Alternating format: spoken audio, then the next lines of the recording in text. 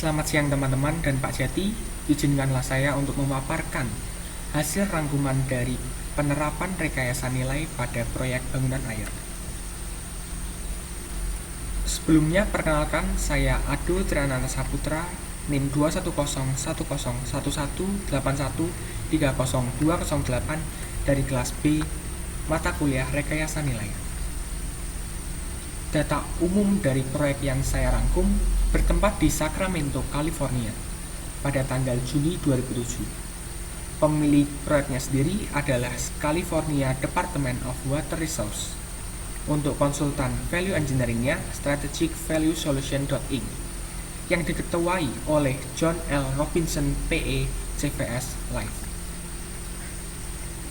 Untuk fokus utama dari studi value yang dilakukan adalah berfokus untuk memberikan alternatif pilihan membuat kanal atau saluran baru melalui bagian utara yang akan dialirkan ke bagian tengah, di mana hal tersebut bertujuan untuk yang pertama adalah meningkatkan debit aliran dan yang kedua mengurangi sedimen garam pada saat musim kemarau.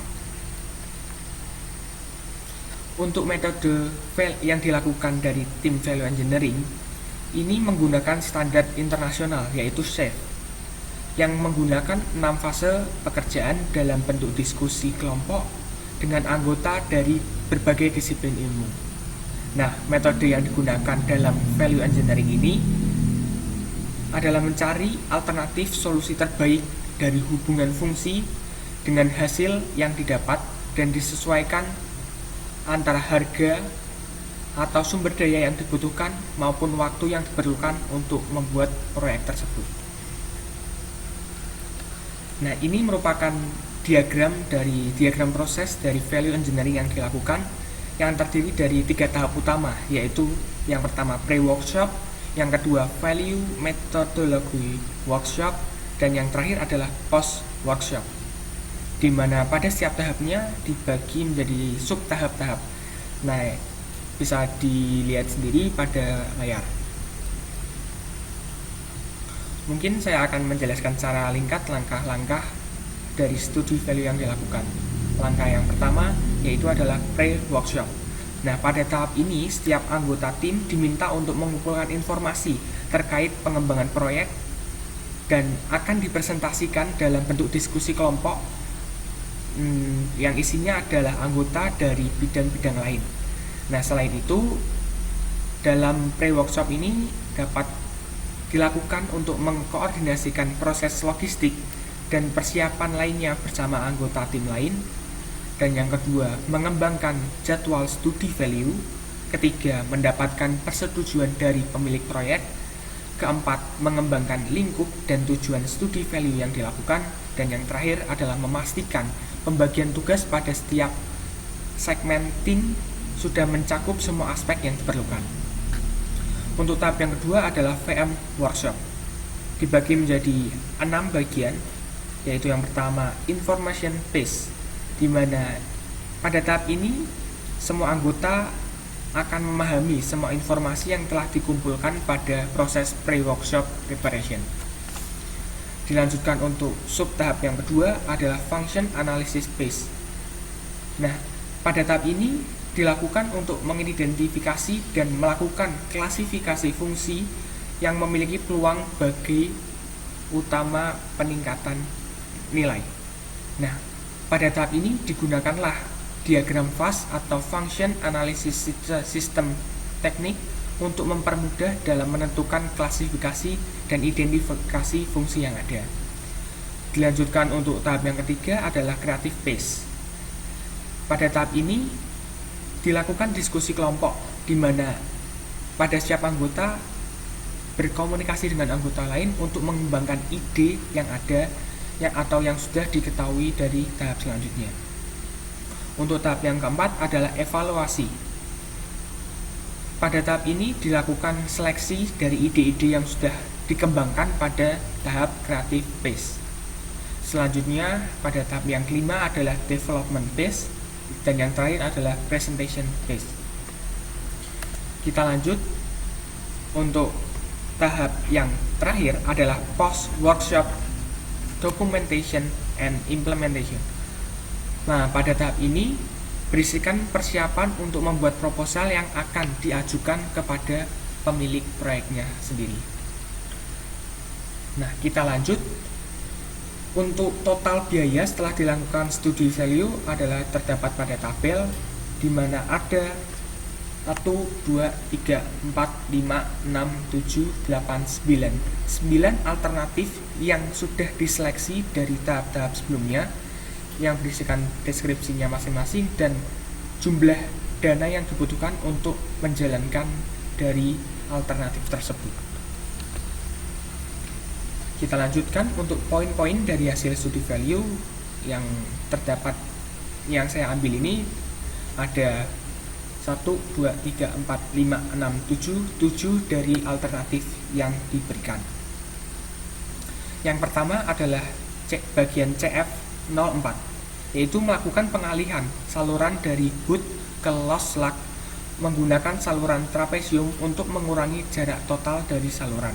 Nah, untuk kelebihan dari konsep alternatif ini adalah yang pertama, mengurangi biaya dengan menghilangkan 40% dari panjang saluran dan hanya menggunakan 2 sipon dan 1 jembatan saja. Untuk keuntungan atau kelebihan yang kedua adalah dapat mengurangi dampak lingkungan, dan yang ketiga meningkatkan infrastruktur fast di sepanjang koridor kanal periferal. Nah, untuk kita dapat lihat di sini didapatkan pengurangan biaya atau saving cost, yaitu sejumlah yang terdapat pada layar. Kita lanjutkan untuk alternatif yang kedua adalah CF10, struktur saluran pengambilan di utara Walnut Grove atau loop.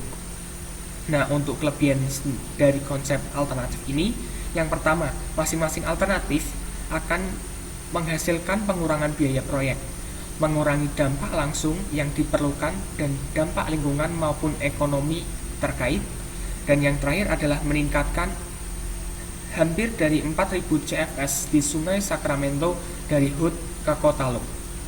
Nah, dapat kita lihat bahwa terdapat penghematan biaya dari opsi A, opsi B, dan opsi C. Kita lanjut dari alternatif CF15, yaitu membuat saluran pemotong melintas Staten Island ke Salt Fork.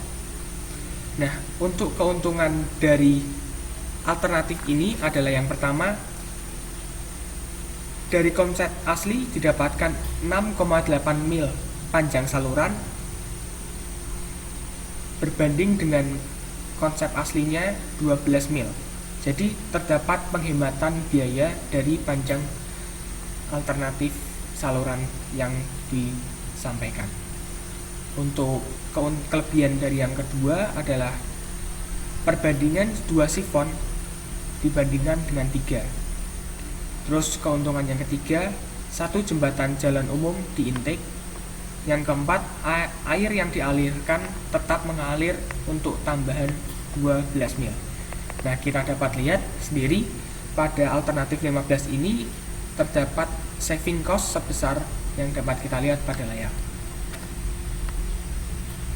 Dilanjutkan untuk CF19, yaitu mengalihkan beberapa lokasi untuk mempertimbangkan kapasitas saluran hilir. Nah, untuk kelebihan dari alternatif ini, yang pertama, saluran angkut yang diberikan pada konsep alternatif lebih pendek dan lebih kecil daripada konsep aslinya. Dan yang kedua, meminimalkan sistem pemompaan. Dan yang ketiga, fleksibilitas dan keandalan yang lebih besar dalam konsep alternatif yang diberikan. Kita lanjut untuk alternatif CF nomor 38, yaitu meningkatkan kapasitas pengalihan saluran air di CC dan penambahan face screen. Nah, untuk kelebihan dari alternatif ini, yang pertama, desain alternatif terbukti sesuai standar. Dan yang kedua, kemungkinan keseluruhan biaya lebih rendah. Ketiga, pemilihan landscape yang ada, misalnya penggunaan pertanian atau peternakan di sekitar areal ini. Dan yang keempat, alternatif dapat dibangun secara bertahap. Nah, dari beberapa konsep tersebut didapatkan saving cost besar sesuai pada layar. Nah, lanjut ke alternatif DF01, yaitu penggunaan vertical plate screen. Dari keuntungan dari alternatif ini adalah yang pertama, tidak diperlukan bypass pumping, dan yang kedua, habitat ikat tidak terganggu. Nah, mungkin ada yang janggal dari alternatif ini, di mana tidak terdapat saving cost dari deskripsi atau alternatif asli dan alternatif yang diberikan oleh tim value engineering. Kita lanjut untuk alternatif DF27, yaitu menyediakan saringan sampah pada saluran intake. Kelebihan dari konsep alternatif ini adalah yang pertama, struktur penting pada tanggul dapat terjaga dengan baik, jadi aman dan terhindar dari kegagalan proyek. Yang kedua, memenuhi persyaratan dari State Reclamation Board. Ketiga, konsisten dengan desain garis aliran gorong-gorong. Keempat, dapat dibangun di atas tanggul yang dapat dengan demikian tidak perlu dibangun tanggul baru.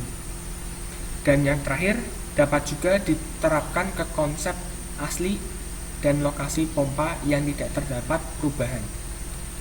Nah, sama dari alternatif sebelumnya yaitu DF01.